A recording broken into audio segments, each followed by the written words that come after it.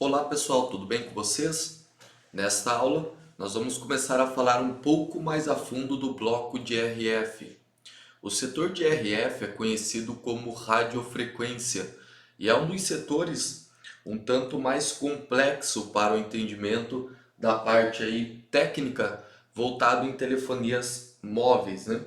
Voltado para os smartphones de fato. Então, eu vou começar a mostrar para vocês os componentes relacionados ao setor de radiofrequência e também falar um pouco mais sobre o seu funcionamento, como eles se comportam, como nós vamos interpretar esses componentes no esquema elétrico e também como que nós vamos tratar de fazer as medições na prática, utilizando o multímetro, osciloscópio e o que nós temos ao nosso favor, beleza? Vamos lá. O primeiro componente que eu vou mostrar para vocês é o APT Modulator. O APT Modulator também é conhecido como ET Modulator nos Androids. Esse circuito integrado ele pertence para o setor de RF, setor de radiofrequência. Vamos pegar aqui no esquema elétrico para vocês entenderem melhor o que seria um APT Modulator. Então, quando vocês colocarem no esquema elétrico o bloco de radiofrequência e se depararem com um estilo desse circuito integrado aqui, que traz o nome APT Modulator, significa que ele alimenta o amplificador de radiofrequência, ou seja, um APT Modulator serve para alimentar os amplificadores de RF, amplificadores de potência que dão força a alguma coisa. Pois bem, qual é o trabalho dele? O que ele executa nessa radiofrequência? Seguinte, quando nós temos um setor de chip, sinal de chip funcionando perfeitamente, encontrando a rede, a potência do sinal aonde nós estamos, como por exemplo, correios celulares aonde eu estou, é um pouco complicado de funcionar a parte do sinal dos correios celulares. Porém, se eu me movimento, saio do escritório, vou para fora do escritório, a potência do sinal já muda, já modifica. Alguém tem que estar modulando isso. E quem é que vai fazer essa modulação para alimentar conforme a necessidade desse setor? O APT Modulator. Por assim dizer, o APT Modulator é aquele que fica cuidando do nível da tensão e corrente elétrica correto para o perfeito funcionamento de captura da potência do sinal. Então a gente consegue entender que se o APT Modulator falhar, parte da radiofrequência também vai parar de funcionar. Porque, aliás, não temos mais o componente específico que trata de alimentar os amplificadores de sinais que tem a parte de recepção e transmissão para poder fazer a captura e potência correta de sinal que será capturado no momento. Então o APT Modulator modula o quê? Essa variação entre tensão e corrente elétrica para alimentar os amplificadores de sinais para cuidar do trabalho do nível desse sinal que está sendo recepcionado agora pelo aparelho, beleza? Então anotem isso e compreendam quando vocês verem o APT Modulator. O APT Modulator, ele também é conhecido como um conversor buck. Isso mesmo, APT Modulator também é conhecido, entre aspas, como um conversor buck. Por quê? Ele pega uma determinada tensão e converte ela para menos para alimentar amplificador de radiofrequência. Então nada mais é do que um conversor buck. Como que a gente consegue perceber isso? Nas saídas. Saídas de alimentações do APT Modulator, para onde vai? Então sempre a minha pergunta é essa. Tenho tensões de saída? Eu quero saber para onde vai essas tensões de saídas. Pois bem, vamos verificar aqui que eu tenho uma linha de saída por nome VRF. VRF significa tensão para radiofrequência. Logo após eu tenho PAN, que está se referindo ao módulo amplificador de potência. Não confundam o amplificador de potência de radiofrequência com amplificador de potência de áudio. Porque lá no setor de áudio, nós também temos um amplificador de potência, mas ele é um amplificador que pertence para o áudio. Aqui é o amplificador de potência que pertence para sinal. Quando se conecta ao chip Claro, Oi, TIM, Vivo, etc., nós vamos ter que ter então os níveis de sinais disponíveis nesse aparelho. Ok? VCC1 significa tensão e corrente contínua de número 1, ou seja, uma alimentação que parte do APT Modulator para o módulo amplificador de potência de radiofrequência. Então nós vamos descobrir para onde vai essa alimentação. Como que a gente faz? Lembrem sempre, coloquem o nome da linha no campo de pesquisa, digitem ela, copia, avança e a gente vai conseguir descobrir para onde foi.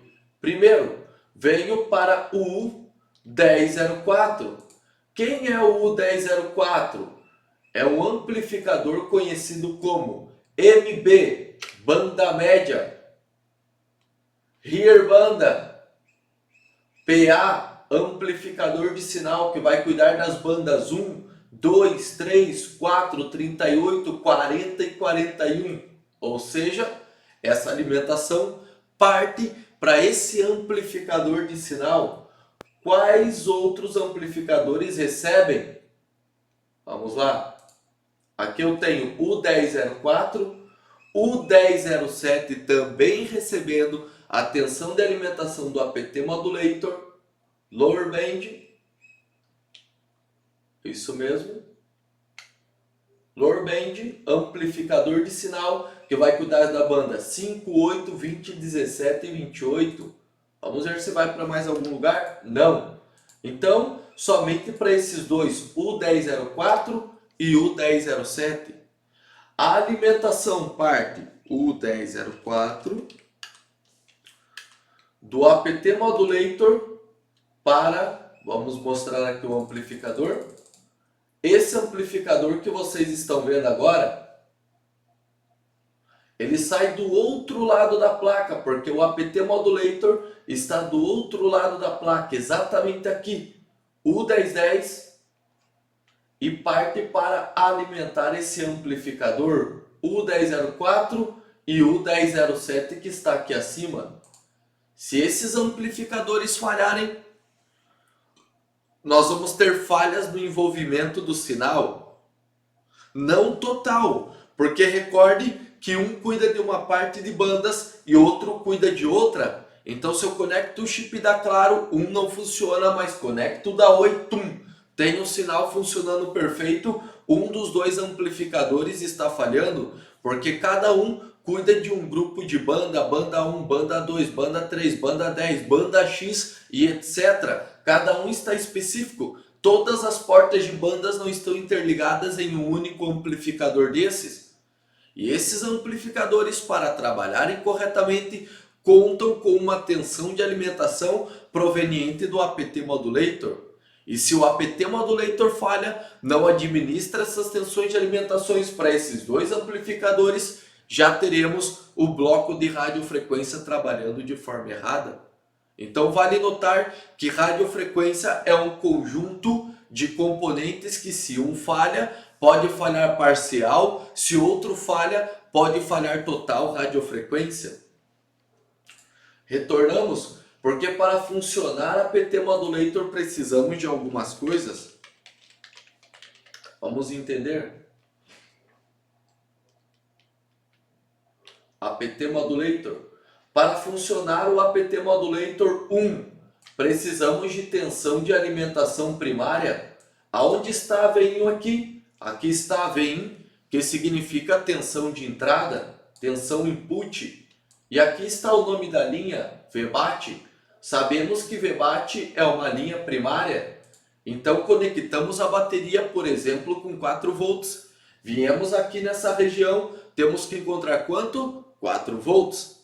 Nessa linha nós acabamos de perceber que existe uma bobina L1063. Como eu não tenho as especificações dessa bobina por aqui, eu copio esse código que está aqui abaixo, Copia, joga no Google e vê as especificações dessa bobina. Por exemplo, essa bobina que estamos falando, L6013. Joguei no Google.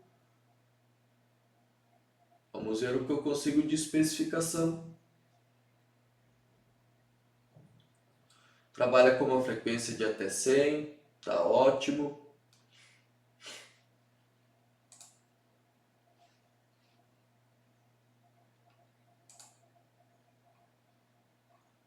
Vamos ver se eu consigo o datasheet para mostrar para vocês. Um RMI, só vou ter as especificações dela.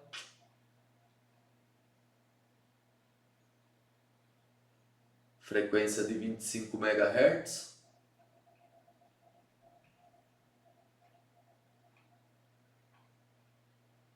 Os valores em corrente máxima que suportam. Os valores em ohms. Porém, não consegui a especificação que eu queria para mostrar para vocês da indutância dessa bobina. 0,4 por 0,2? Não vou ir muito além.